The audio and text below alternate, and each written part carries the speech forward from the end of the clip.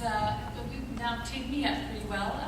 I'm Donna Manion. I'm acting director of a very new, obviously you don't even know my title, very new organization called the Green Dividend Coalition.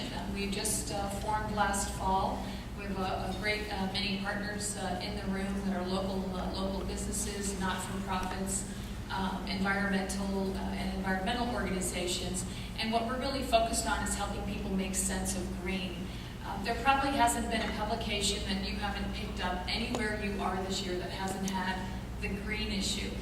And so it's important for us to help people make sense of what green means for them. So when Joe Portwright came in October, he centered the whole notion of green. If we could just focus on these three particular areas, that we would be able to not only have green as our mission, but also be able to receive a green dividend, and that's a financial dividend.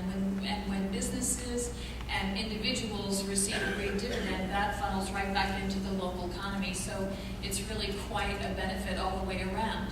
Those three areas are personal choice, density, and if that's uncomfortable for you, we can call it urban centers, and transportation. So on the personal choice side, there are many choices that each of us can make.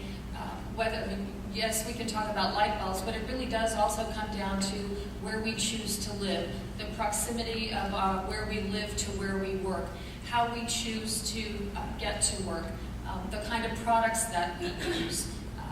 There's so many different things that you can do on a personal level that'll make a really big difference.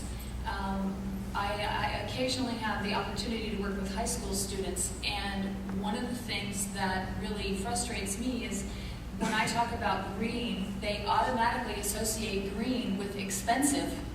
And so that notion is in the minds of our young people, and we have to overcome that. Green's actually an investment, and when you make that investment, you're actually going to get a very significant return. So the Green Dividend Coalition actually developed several calls to action, 8 calls to action, and I'm going to cover them just very briefly. On the personal choice side, we want to urge citizens to become stewards.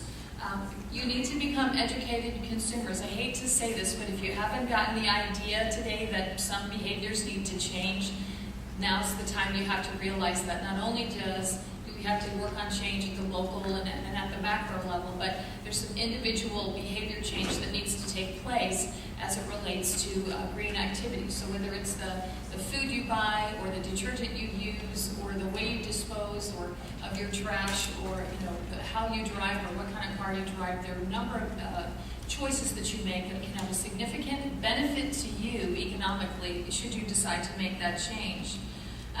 We want to raise awareness through promotion. We want to call on officials to collaborate with developers and other groups that change the message.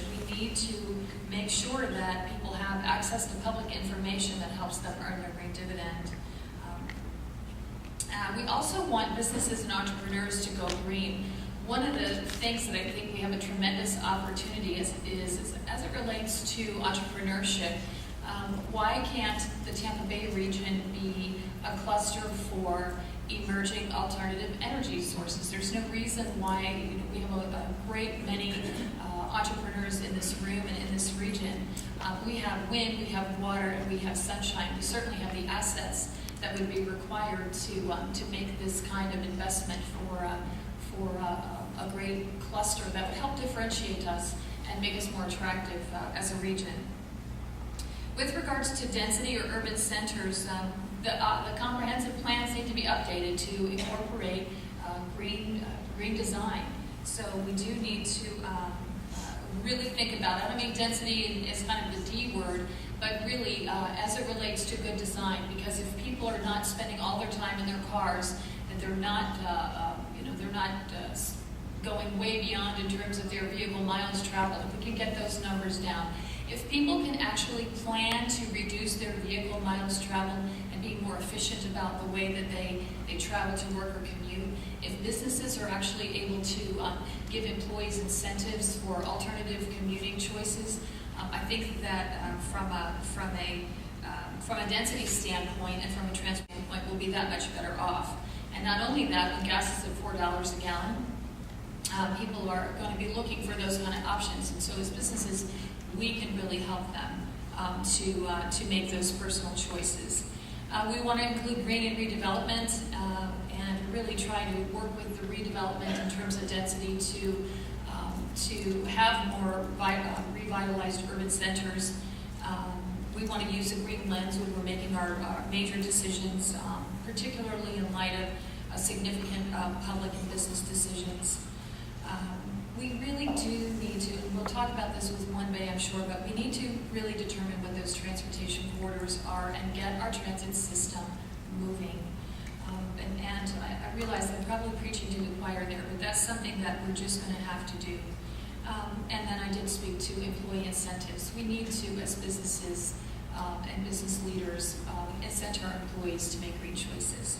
So we'll be a clearinghouse for information. Our website's up. It's greendividendcoalition.com. You're welcome to go and visit there. You're welcome to share stories about how people earn their green dividend. But when people are doing that, the entire local economy will benefit.